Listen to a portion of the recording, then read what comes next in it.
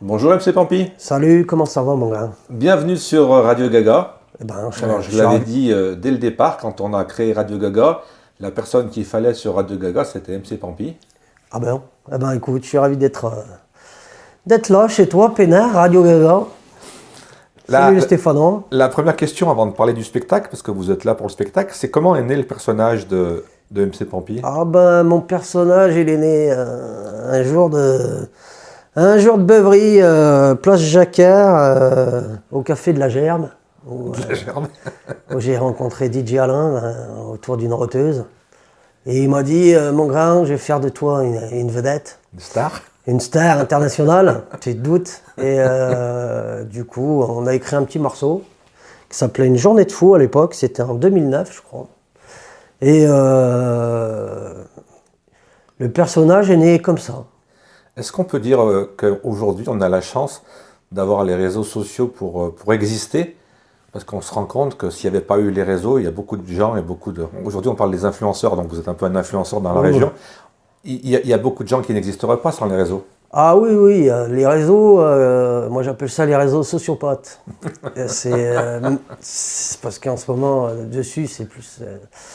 à la base, c'est fait pour discuter, c'était un truc assez C'était bien pour retrouver les amis d'enfance. bienveillant et tout ça, mais là, c'est un peu la guerre dessus, donc moi, Ouais, ça a tendance un peu à me freiner. Mais en effet, sans les réseaux sociaux, peut-être que mon personnage, hein, c'est moi, hein, je n'existerais pas de la même manière.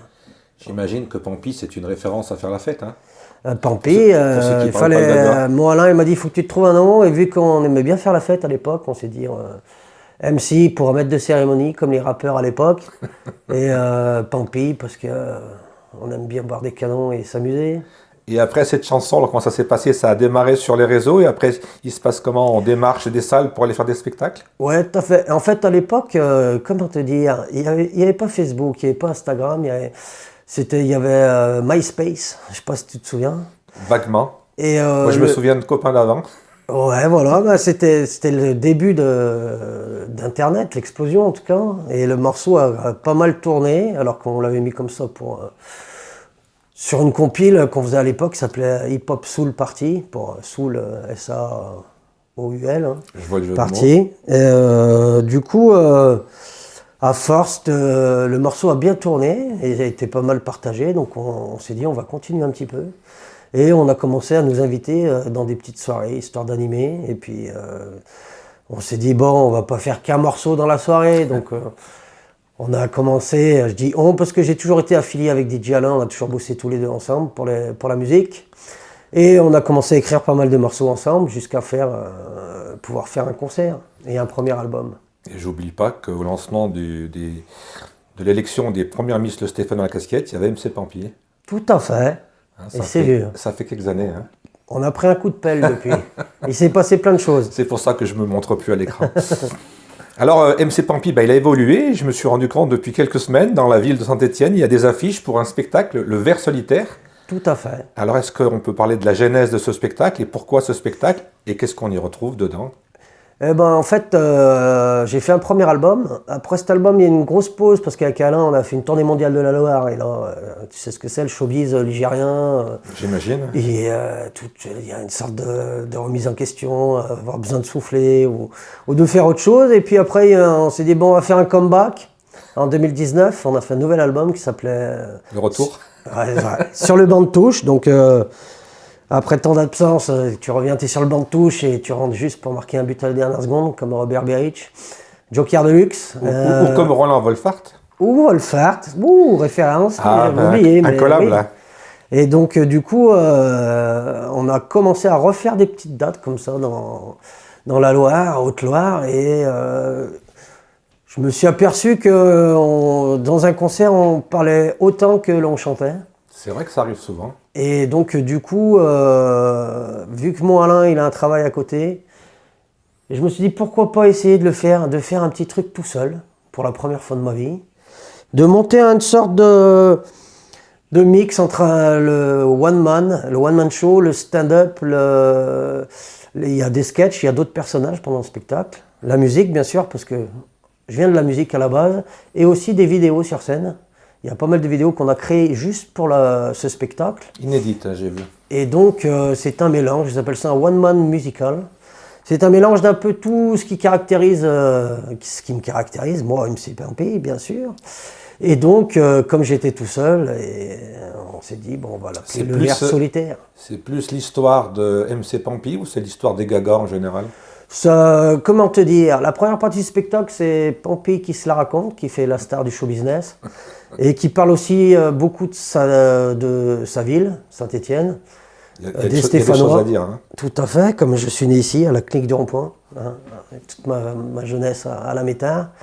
Et pas mal de Saint-Étienne, pas mal des Verts, forcément, parce que... On va y venir. Qui dit Saint-Étienne dit l'ASS, même pour ceux qui n'aiment pas le foot, le ballon. C'est ce dont on nous parle partout dans le monde, hein, quand on voyage. Saint-Étienne, c'est les Verts. Ouais, voilà. Donc, moi, depuis tout petit, quand j'étais en maternelle, la maîtresse, elle mettait le morceau des Verts. On a imprégné de ça. Et donc, après, par contre, le spectacle évolue un peu, où je dis des trucs. Ça sort un peu du cadre MC Pampy, comme on peut le connaître, avec des trucs peut-être un peu plus profonds, entre guillemets. Hein. Ça va pas non plus chercher trop loin au fin fond de la luche. Au fin fond de la mine. Mais ça a un côté un peu plus profond qui émane du spectacle au milieu pour finir totalement à poil. Ça veut dire que ce Vers solitaire, il peut se produire que dans la Loire? C'est pas un spectacle que tu peux aller jouer à Grenoble ou à Lyon ou à Clermont? C'est une grande question, ça on m'a souvent posé la question.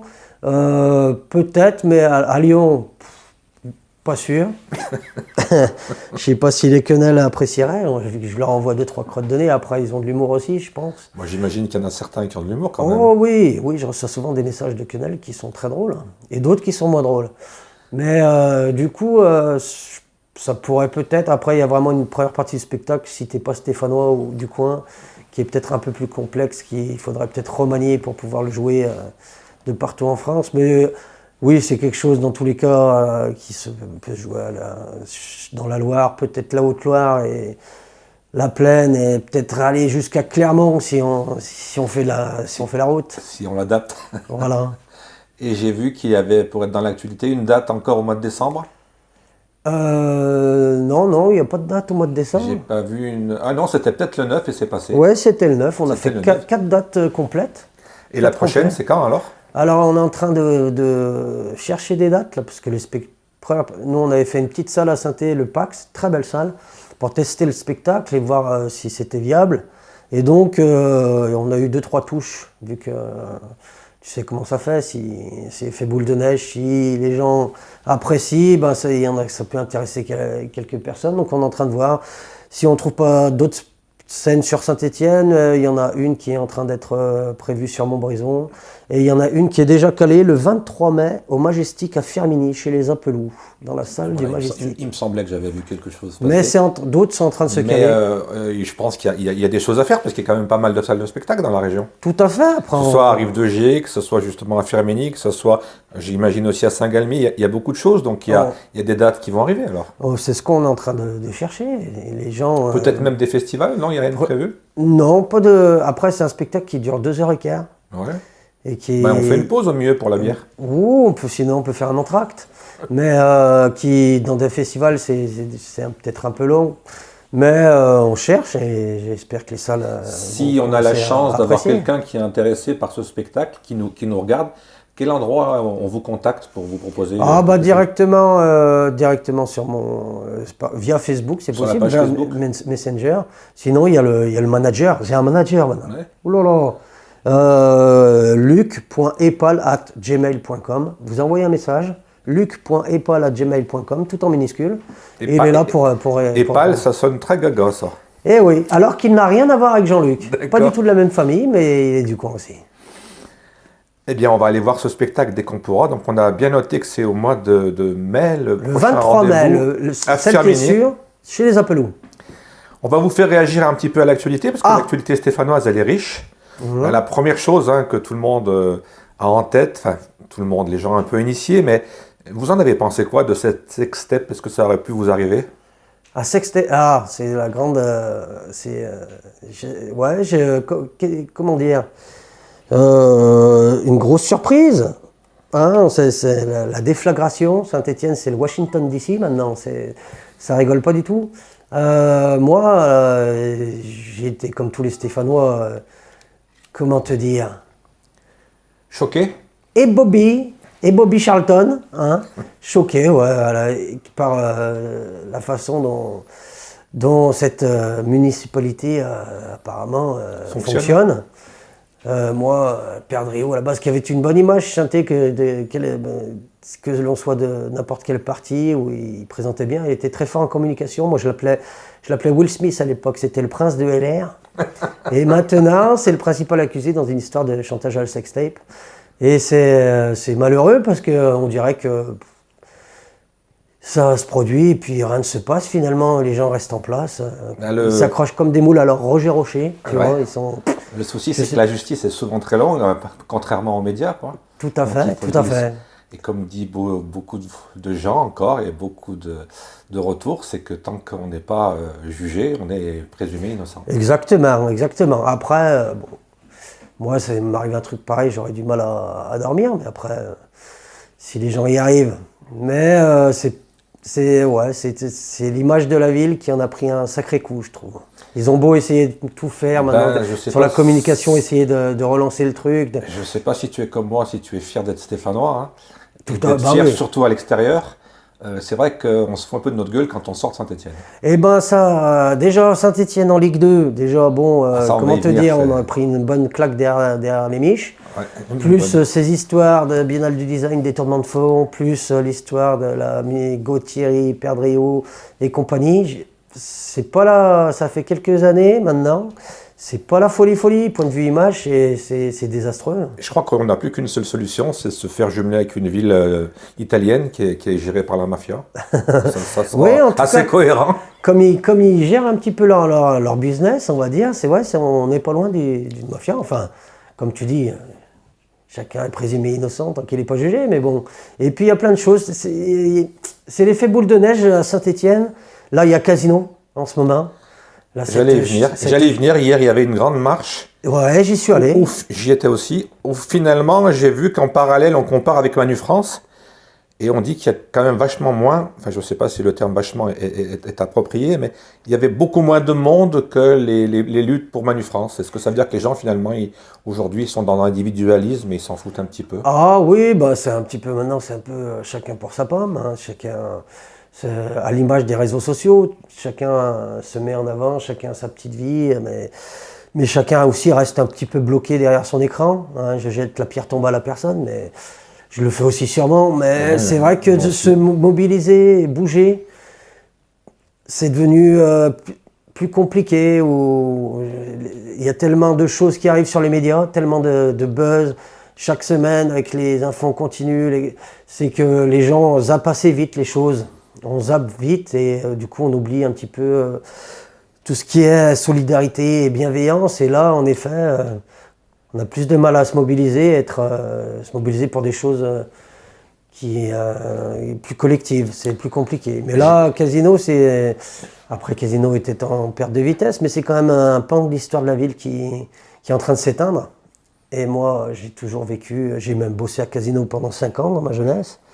C'est quelque chose qui, je trouve ça, c'est dommage parce que ça représente l'histoire de Saint-Étienne.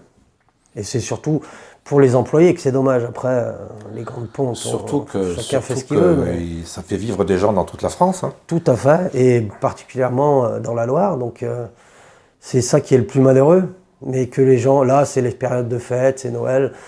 Alors normalement, c'est censé être un moment de partage, etc. Et là, on s'aperçoit que c'est l'individualisme qui prime, comme tu dis. Je vais faire le mec de gauche, mais je pense que les actionnaires ont bien partagé avant. Eh ben, j'ai envie de te dire que c'est un petit peu à l'image... c'est il y a des corrélations entre tout, la mairie, le casino, et même là, on voit la SS. Eh ben, c'est un peu pareil, cette manière de fonctionner, ceux qui sont à la tête, qui font leurs petits trucs dans leur coin, sans penser forcément à ceux qui leur permettent de vivre aussi. Ils sont pas, sans eux, ils sont rien, et inversement parlant. Donc il faut arrêter aussi des fois ils pensent un peu qu'à eux aussi, donc plus tu as de pouvoir, plus tu es individualiste, il me semble, et plus tu penses qu'à ta pomme. Donc, apparemment, je ne connais pas, je ne me permettrai pas de juger la gestion. Ouais, je pense qu'on n'est pas capable. J'en suis pas On capable n'a pas et je les n'ai pas compétences. les tenants et aboutissants. Mais j'avoue que moi, déjà, le fait que les cafétérias casinos disparaissent, ça m'avait mis un coup parce que je n'ai pas compris la stratégie. Ah ouais, moi non plus. Alors que moi, à l'époque, quand j'étais un gamin et que mes parents nous amenaient à la cafette. Rue Michel Rondet, c'était magique. Moi, j'allais surtout à Montieu à l'époque. Ouais, aussi. Mais rue Michel Rondet, c'était la sortie, quoi. Il n'y avait pas les McDo, les machins, les compagnies. C'était magique, Michel C'était Rondet. vraiment un événement et je pense qu'ils ont perdu un petit peu de leur âme en supprimant tout ça, en se laissant absorber par toutes ces grosses machines encore plus grosses. Et donc c'est toujours le même problème et ça va être de pire en pire, malheureusement. Bon, alors on n'est pas compétent en économie, on n'est pas compétent Non, en grande surtout distribution, pas. mais on est hyper compétent en football. Parce que quand on est à Saint-Etienne, on a déjà une jambe qui est footballeuse. Oui, après... Moi, j'ai une petite anecdote, justement, quand on dit que les gens ils sont décalés. J'ai rencontré il y a 1 an, je crois, le président délégué, et je lui ai dit, je comprends pas. Je lui ai dit, à Saint-Etienne, le short, il est blanc. Pourquoi on joue avec un short vert? Eh bien, il n'a pas compris. D'accord. Et ben déjà là, je me suis dit, les mecs, ils sont vraiment pas stéphanois. Oui, Il m'a parlé des équipementiers. Mais qui c'est qui donne les ordres des équipementiers? C'est bien la SS. Ouais, bah c'est ça le On problème. joue pas avec un short vert à Saint-Etienne, on joue avec un short blanc, je suis désolé. C'est qu'au final, oui, tout à fait. C'est qu'au final, ils se font totalement... Ils partent de... Ils sont toujours en train de mettre en avant, je me souviens même cette direction qui est aux manettes depuis très longtemps maintenant. Cette double direction. Toujours mettre en avant le côté, les valeurs, Saint-Etienne, ville ouvrière, les envoyer visiter le musée de la mine, etc. Mais c'est juste en fait une façade, c'est juste de la com. C'est du folklore, moi j'appelle ça. Folklore, exactement. Et ils ne connaissent en rien l'histoire de cette ville où on voit bien à l'heure actuelle la communication de l'ESS est tellement éloignée de ce qu'est Saint-Etienne. Et s'ils s'en rapprochaient un tout petit peu, eh ben, ils n'en seraient peut-être pas là où ils en sont à l'heure actuelle. Ben, le paradoxe déjà, c'est d'évincer tous les gens qui connaissent le système. Parce que moi j'imagine que je ne suis pas crédible parce que je n'ai pas de carte de journaliste. Mais ça fait quand même 15 ans que je demande à avoir un accès et je n'ai pas accès. Alors que j'ai quand même fait mes preuves sur le terrain et puis un peu avec un ballon de foot. Mais bon, ceci dit, c'est pas bien grave. Le souhait qu'on a, c'est qu'il remonte en première division, mais visiblement, ça Regarde, tu as dit première division. Regarde, t'es comme moi. Ça sera toujours première division. Ah, moi, c'est l'AD1. Moi aussi, c'est le blues de l'AD1. J'avais écrit un morceau là-dessus. C'est vrai, c'était... ce passage à la Ligue 1, de toute façon, a déjà cassé quelque chose. On est passé du foot populaire au foot business, jusqu'à ce qu'il écrase un petit peu tout à l'heure actuelle. Et c'est... Heureusement, à Saint-Étienne, on a une sorte de... C'est ça qui les embête. C'est qu'il y a... les Stéphanois ne se laissent pas faire. Ils n'oublient pas leur histoire. Ils auront beau faire ce qu'ils veulent. Ils n'arrivent pas à s'en dépêtrer de ces valeurs de Saint-Etienne et de ce foot populaire. Sans les tribunes populaires, en fait, ils s'aperçoivent qu'ils ne sont rien. Et puis, ils auront beau tout essayer. Rien n'est possible sans les Stéphanois, ou en tout cas les gens fans des Verts, quoi. Donc, d'autant plus que le football stéphanois, il n'est pas que stéphanois. On se rend compte que, ce qu'on dit tout à l'heure, quand on voyage, tout le monde est fan de Saint-Etienne, sauf quelques Lyonnais. Et quand on allait à une époque sur le parking de Geoffroy-Guichard, il y avait tous les départements. Ah bah oui. C'était un peu l'équipe de France à l'époque. C'est à l'époque, ouais. Après, même, ça a perduré un petit peu, parce qu'il y a toujours des nostalgiques. Après, il y a 40 ans maintenant, donc ça il faut peut-être qu'on tourne la page. Un petit peu, mais il y a toujours quand même... On s'aperçoit que même en Ligue 2, quand même si tu vas sur le stade Geoffroy-Guichard, là j'étais contre Guingamp. Comme tu dis, il y a des gens qui viennent de n'importe quel département. Moi, j'ai même fait des spectacles, là...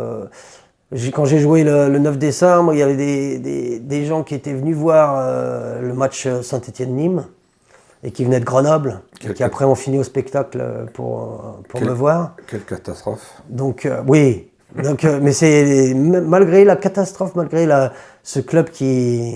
on s'en sort pas, hein, ça fait il y a eu à peine une embellie, là, ça s'est enflammé comme si on allait jouer la Coupe d'Europe, parce qu'on a tellement pris l'habitude ces dernières années d'être dans la spirale négative et de la défaite. De l'échec. Un petit peu d'embellie et on s'enflamme direct à Saint-Étienne. Tu nous fais gagner la Ligue 2.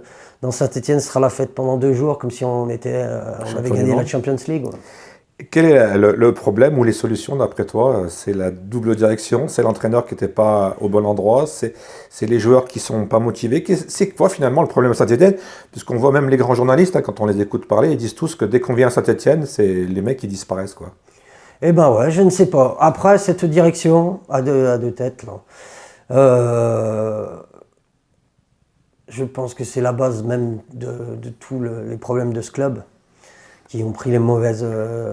On va toujours me dire, quand je critique Romeyer et Cayazo, je reçois toujours des messages parce qu'il y a toujours, surtout Romeyer, quand même une fanbase, comme on dit, qui l'aide un petit peu à perdurer. T'oublies pas tout ce qu'il a fait, la Coupe de la Ligue, machin, il a fait remonter le club, etc. Certes, mais il fallait s'arrêter avant. Je pense que l'erreur qu'ils ont fait, c'est de vouloir continuer après la Coupe de la Ligue. Et là, ils se sont enterrés. Et depuis, c'est que des décisions complètement ubuesques. Et là, à force, on se demande même ce qu'ils font encore dans le club. Il y en a un qui vit à Dubaï parce qu'il y a Dubaï. On le voit jamais. Il est venu à Saint-Étienne il y a 3 ans, la dernière fois. Et Romeyer se cache. Il est encore là. Au moins, lui, il a la conscience de rester un petit peu. Mais c'est quand même sacrément...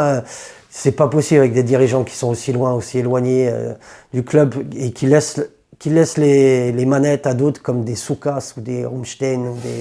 C'est là le fond du problème. Après, l'entraîneur, bon, on a bien vu que là, avec les joueurs qu'on a, on change d'entraîneur, ça change pas grand-chose. Bon, après, c'est que le premier match. Et puis les joueurs, on a l'impression que pour beaucoup, ils arrivent à Saint-Étienne tous en disant ouais, on est fiers de porter ce maillot, ce club historique, etc. Et puis au bout d'un mois, ils ont déjà oublié, ils sont juste là pour le boulot. Et s'ils ont un chèque qui leur est proposé ailleurs, ils vont y aller facilement. Hein. Puis on me dira oui, mais bon, toi, si on te proposait autant d'argent, etc. Mais oui, mais non. Moi, il me semble qu'il y a c'est l'âme qu'ils n'ont pas. Ils n'ont pas l'âme stéphanoise. Beaucoup n'ont pas cette âme stéphanoise qui malheureusement est essentielle ici. Et pour certains le comprennent. Et puis, vu que maintenant les joueurs ont du mal à avoir l'amour du maillot, et ben c'est de plus en plus compliqué de s'imprégner de ça. J'ai quand même l'impression que c'est l'équipe la plus faible qu'on ait eue depuis des décennies quand même. C'est pas magique. C'est pas beau, il n'y a pas de jeu. Ah oui, là on a... À part l'Arseneur, qui pour moi va pas rester très longtemps, parce que c'est un très bon gardien, tout le reste, ça fait peur, quoi. C'est pas exceptionnel. Hein. C'est même... on s'ennuie ferme depuis un moment. Moi, je trouve qu'au milieu, il y a les petits jeunes, les Bouchouari, les Mouefek, qui se donnent. Mouefek est pas mal, mais c'est brouillon. C'est pas le niveau de la montée. Hein. Mais au moins, Mouefek, lui, on sent qu'il est du coin. Voilà. Et qu'il a fait toutes ses classes ici. Et c'est ce genre de joueurs qui, eux, qui ont fait les classes depuis tout petit, qui ont vécu des derbies en jeunes, et qui se battent, qui connaissent Saint-Étienne et qui connaissent tout ce qui fait l'âme de Saint-Étienne. Et eux, au moins, sur le terrain, ils y vont à fond. Après, en effet, c'est d'une faiblesse sans nom. Alors, ça fait un bail que ça dure. Et je ne sais pas quelle est la solution, à part... je pense que tant qu'il y aura ce Roro et ce Nanar à la tête de ce club, ça va être très compliqué. Moi, je pense que vu les salaires qu'on propose aux joueurs, on n'est pas prêt de remonter parce qu'il faut vraiment un budget très large et en plus, je crois que Saint-Étienne, c'est plus très vendeur dans le milieu.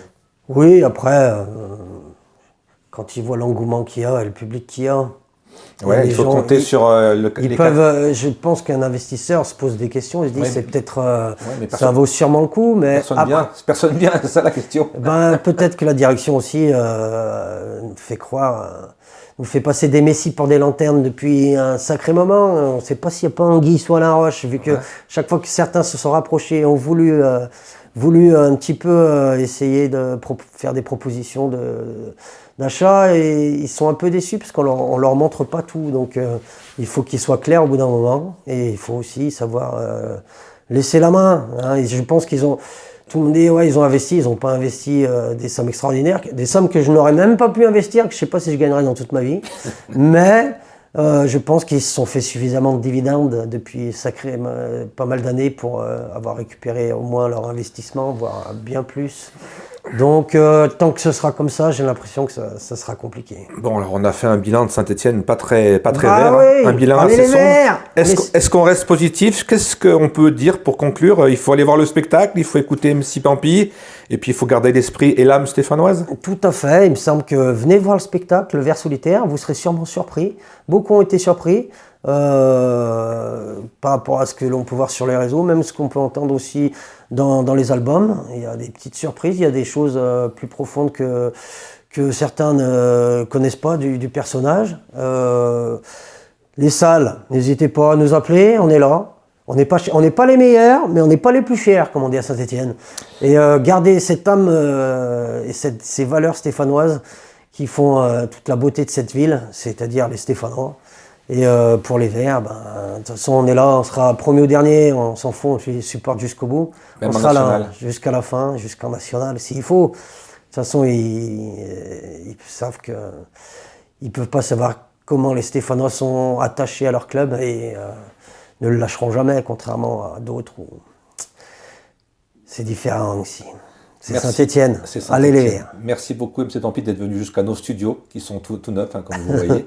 Tout à fait, c'est très beau. On vous retrouve donc en spectacle et on ira vous voir, on ira vous applaudir et chanter avec vous.